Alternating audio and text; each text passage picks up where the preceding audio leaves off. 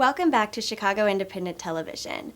On the last day of December 2008, Ismail Khalidi and a handful of other Chicagoans braved the cold and held a candlelit vigil in Chicago to observe the passing of the New Year in Gaza.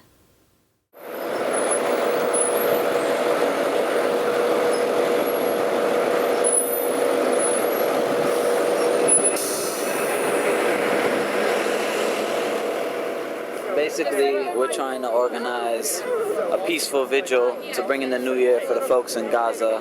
But we got a bunch of folks, got some socialists, some gringos, we got some Jewish American folks, and some Arab American brothers and sisters here, and some shady Iranians as well, such as yourself.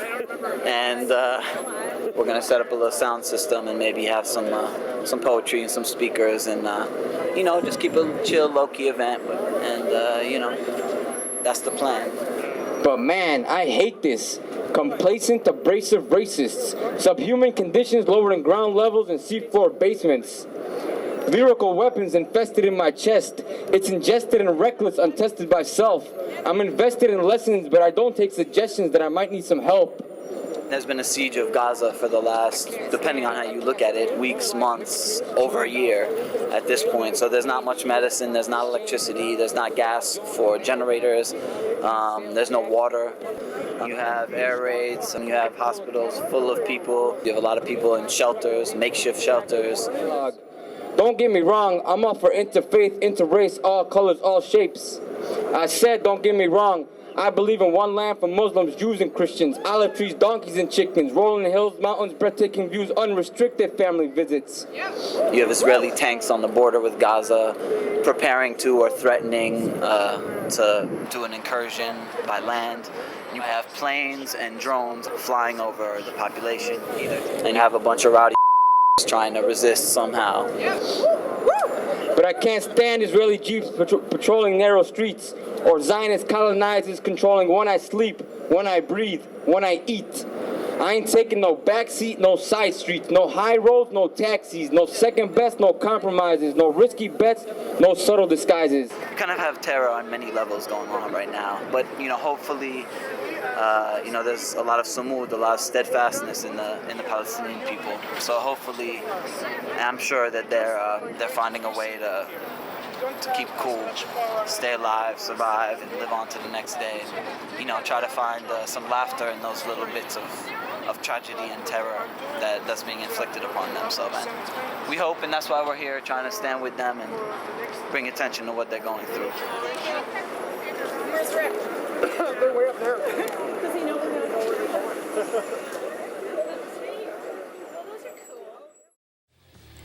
I'm Alejandro Molina, and you're watching Chicago Independent Television. I see the soul of a nation, must be true 'cause I've seen it on TV. On February 17, 2009, all high-power analog TV in America ends, to be replaced by digital television. You probably heard about that, but there's a lot about this conversion that you probably haven't heard. About 50 million people in America still use analog TV, most of whom are poor, elderly, or don't speak English. There's no plan and little funding by government and industry for outreach and serving the public, and broadcasters are hoarding up free TV spectrum for themselves rather than for public use. Get the facts. Visit dtvredalert.org to learn more.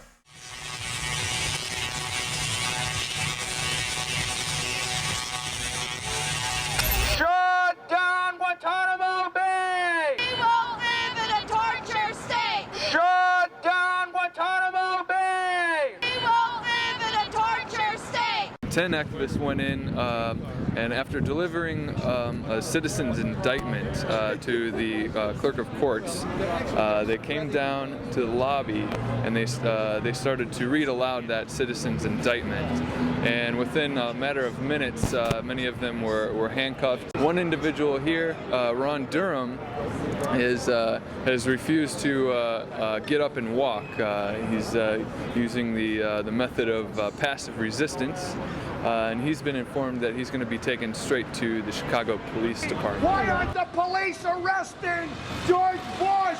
The criminals are not in this truck. The criminals are in Washington. Why aren't the police protecting us from the torturers? Arrest the torturers! Stop torture!